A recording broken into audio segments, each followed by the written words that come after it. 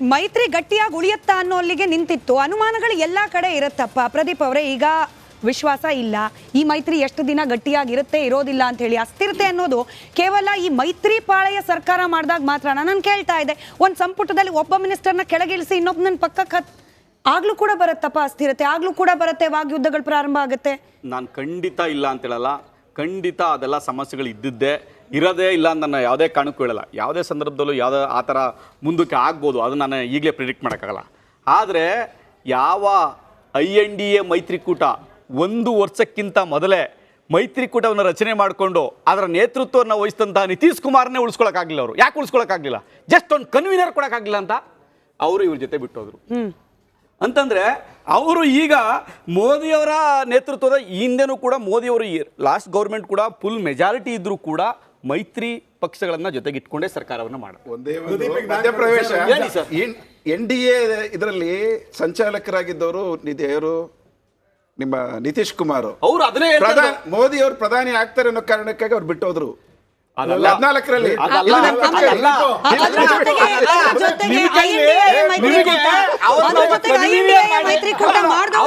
ಕಾರಣಕ್ಕಾಗಿ ಬಿಟ್ಟೋದ್ರು.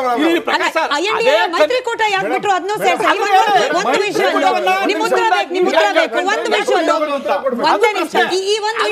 ಒಂದು ವಿಷಯಲ್ಲೂ ಉದ್ಧವ್ ಠಾಕ್ರೆ ಇದೊಂದು ವಿಷಯಲ್ ನೋಡಿ, ಉದ್ಧವ್ ಠಾಕ್ರೆ ಹಾಗೆ ಶರದ್ ಪವಾರ್ ಇದೊಂದು ವಿಷಯಲ್ಲೂ ಪ್ಯಾರಲಲ್ ಆಗಿ ವಿಂಡೋದಲ್ಲಿ ಇದಿರಲಿ. ಅನುಮಾನಗಳು ಈ ಮೈತ್ರಿ ವಿಚಾರದಲ್ಲಿ ಎಲ್ಲಿ ಬರೋದಿಲ್ಲ. ಇದು ನೆನ್ನೆ ವಿಷುವಲ್ ನಿಖೇತ್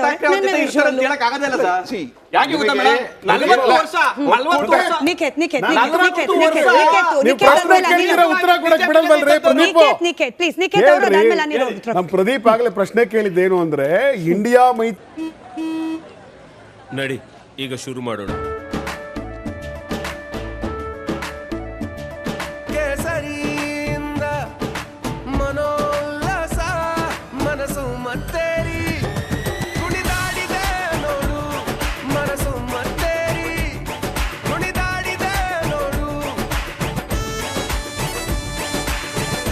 ಕ್ಷಣ ಕ್ಷಣವೂ ಆಚರಿಸಿ ಕೇಸರಿ ಹಬ್ಬ. ವಿಮಲ್ ಬಾಯಲ್ಲಿ ಹೇಳಿ ಕೇಸರಿ. ಮೈತ್ರಿಕೂಟದ ನಾಯಕ ಏನವ್ರ ಹೆಸರು, ನಿತೀಶ್ ಕುಮಾರ್ನೇ ಇವ್ರ ಕೈಲಿ ಉಳಿಸ್ಕೊಳಕ್ ಆಗ್ಲಿಲ್ಲ. ಇವ್ರು ಏನ್ ದಬಾಕ್ಬಿಡ್ತಾರೆ ವಿಷಯಕ್ಕೆ ಬನ್ನಿ. ಆದ್ರೆ ನಾನ್ ಕೇಳಕ್ ಬಯಸ್ತೀನಪ್ಪ, ಜನತಾದಳದ ರಾಜ್ಯಾಧ್ಯಕ್ಷ CM ಇಬ್ರಾಹಿಮನ್ನೇ ಹೊರಗಾಕ್ದವ್ರು ನೀವು. ಹೊರಗಾಕ್ಲಿಲ್ಲ ಜನತಾ ಕೇಳ್ರಿ ಜನತಾ ಆಯ್ತಪ್ಪ, ಯಾಕೆ ಬಿಟ್ಟೋದ್ರು ಕೇಳಿ. ಜನತಾದಳದ ರಾಜ್ಯಾಧ್ಯಕ್ಷರಾಗಿದ್ದಂತ H ವಿಶ್ವನಾಥರನ್ನ ಪಾಪ ನೀವು ಹೊರಗೋಗುವಂತೆ ಮಾಡಿದವರು. ನಿಮ್ಮ ರಾಜ್ಯಾಧ್ಯಕ್ಷರನ್ನೇ ಉಳಿಸ್ಕೊಳಕ್ಕಾಗದೆ ಇರೋ ನೀವು ಅಧ್ಯಕ್ಷನ ಬಗ್ಗೆ ಮಾತನಾಡ್ತಾ ಇದ್ದೀರಾ. ಬಟ್ ಅನಿಲ್ ಅವರು ಒಂದು ಉತ್ತರ ಬೇಕು, ಒಂದು ಉತ್ತರ. ನನ್ ಮುಗಿದಿಲ್ಲ. 30 seconds. ನನ್ ಮುಗಿದಿಲ್ಲ.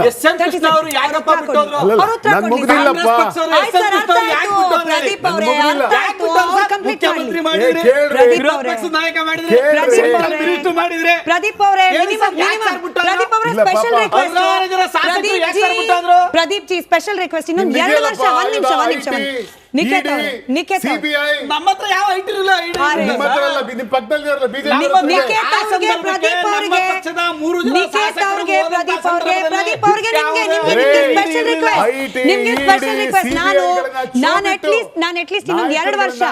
ನಿಖೇತ್ ಅವರೇ, ನಿಮ್ಗೂ ಕೂಡ ನಾನು ಅಟ್ಲೀಸ್ಟ್ ಇನ್ನೊಂದು 2 ವರ್ಷ ಈ ಪ್ರೊಫೆಷನಲ್ ಮುಂದುವರಿಬೇಕು ಅಂತಿದ್ದೀನಿ. ನನ್ನ ಗಂಟ್ಲ ಬಗ್ಗೆ ದಯಮಾಡಿ ನಿಮ್ಮಿಬ್ಬರಿಗೂ ಕಾಳಜಿ ಇರಲಿ. ಒಬ್ಬರಾದ್ಮೇಲೆ ಒಬ್ರು ಮಾತನಾಡಿ, ನಮ್ಮ ಪ್ರೇಕ್ಷಕರ ಕಿವಿ ಬೇಲೆ ಕೂಡ. 30 seconds. ನಾನು ಈ ಮೈತ್ರಿಕೂಟದ ಬಗ್ಗೆ ನಾವೇನು ಈ ಮೈತ್ರಿಕೂಟ ಬಿದ್ದೋಗ್ಬೇಕು ಅಂತ ಆಸೆ ಪಡಲ್ಲಪ್ಪ. ಈ ಮೈತ್ರಿಕೂಟ ಖಂಡಿತವಾಗಿಯೂ 5 ವರ್ಷ ಜನರಿಗೆ ಸೇವೆ ಮಾಡಲಿ. ಯಾಕೆಂದ್ರೆ ಇಷ್ಟು 10 ವರ್ಷ ಅಂತೂ ನರೇಂದ್ರ ಮೋದಿ ಅವರ ನೇತೃತ್ವದಲ್ಲಿ ಅವ್ರು ಹೇಳಿದಂತೆ ಏನು ನಡ್ಕೊಳ್ಳಿಲ್ಲ. ಇನ್ನು ಮುಂದೆ ಆದರೂ ಕೂಡ ಮೈತ್ರಿಕೂಟದವರಾದರೂ ಇವ್ರನ್ನ ಸರಿದಾರಿಯಲ್ಲಿ ನಡೆಸಲಿ ಅಂತ ಆಸೆ ಪಡ್ತೀವಿ. ಆದರೆ ಯಾಕೆ ಇದು ಉಳಿಯಲ್ಲ ಅಂತ ಅನುಮಾನ ವ್ಯಕ್ತಪಡಿಸ್ತಿದ್ರಿ ಅಂತ ನೀವು ಕೇಳೋದಾದ್ರೆ, ಮೋದಿಜಿ ಅವ್ರದ್ದೊಂದು ಸ್ವಭಾವ ಇದೆ ನೋಡಿ. ಕ್ವಿಂಟ್ ಅನ್ನೋಂಥ ಒಂದು ಮಾಧ್ಯಮ ಒಂದು ಸರ್ವೆ ಮಾಡಿದೆ, ಅಂದರೆ ಒಂದು ರಿಸರ್ಚ್ ಮಾಡಿದೆ. ಮೋದಿಜಿಯವರ ಭಾಷಣಗಳನ್ನೆಲ್ಲ ಒಟ್ಟು ಮಾಡಿ ಅವರು ಮಾಡಿರೋ ಭಾಷಣದಲ್ಲಿ ಸ್ವತಃ ತಮ್ಮ ಹೆಸರನ್ನ ಮೋದಿಜಿಯವರು ಮೋದಿ ಕಿ ಗ್ಯಾರಂಟಿ ಅನ್ನೋ ಮಾತನ್ನ 3104 ಸರ್ತಿ ಹೇಳಿದಾರಂತೆ sir. 3104. Year after he will not be the brand. Because ಅದು ಜನರ he ಆದೇಶ. is not a single-handed It is clear. fellow, single-handed ಅಲ್ಲ, it's man. clear. ಜನರ I tell ಆದೇಶ you. ಹಾಗಿಲ್ಲ, ಅದು ಗೊತ್ತಾಗಿದೆ. ಸೊ ಅಮೃತ ಕಾಲ ಅನ್ನೋ ಪದವನ್ನ ಕೇವಲ 4 ಸರ್ತಿ ಬಳಸಿದ್ದಾರೆ. ನೀವು ಉದ್ಯೋಗ ಅನ್ನೋ ಪದವನ್ನ ಕೇವಲ 50 ಸರ್ತಿ ಬಳಸಿದ್ದಾರೆ. ಮುಸಲ್ಮಾನರು ಪಾಕಿಸ್ತಾನ ಅನ್ನೋ ಪದವೇ ಇವರ ಚುನಾವಣೆಯ ಬಹಳ ಪ್ರಮುಖ ಪ್ರಚಾರದ ವಸ್ತುವಾಗಿತ್ತು. ಪರಿಸ್ಥಿತಿ ಬಂದ್ರೆ ಆತ್ಮನಿರ್ಭರ ಭಾರತ ಕೇವಲ 23 ಸರ್ತಿ ಬಳಸಿದ್ದಾರೆ. ಭಾಗವಾಗಿ ಇದೆಲ್ಲವನ್ನ ಬಳಸಲೇಬೇಕಾದ ಅನಿವಾರ್ಯತೆ ಬಂದ್ರೆ ಒಳ್ಳೇದೇ ಅಲ್ವಾ? ನಾನು ಅನಿಲ್ ಅವರು ಪೂರ್ಣವಾಗಿ ಮಾತನಾಡೋದಕ್ಕೊಂದು ಅವಕಾಶ ಕೊಡಬೇಕು.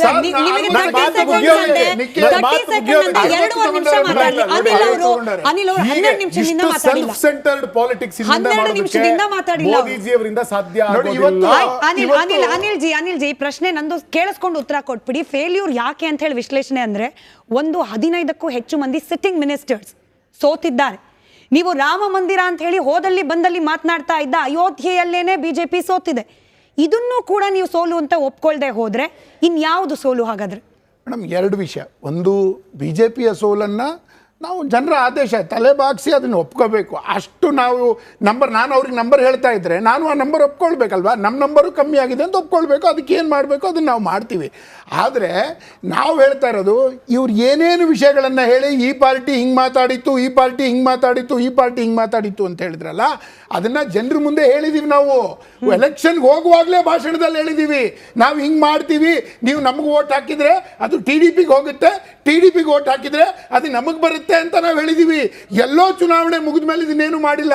ಜನ ಒಪ್ಕೊಂಡಿದ್ದಾರೆ. ನಿದ್ದೆಯಿಂದ ಎದ್ದೇಳಬೇಕು ಕಾಂಗ್ರೆಸ್ನವರು. ನಿಮ್ಮ ಜೊತೆಗೆ ಏನಾಗಿದೆ ಅಂತ ಒಂದ್ಸಲ ವಿಚಾರ ಮಾಡಿ. 10 ವರ್ಷದಿಂದ 100 ದಾಟಿಲ್ಲ. ನೀವು 100 ದಾಟಿಲ್ಲ.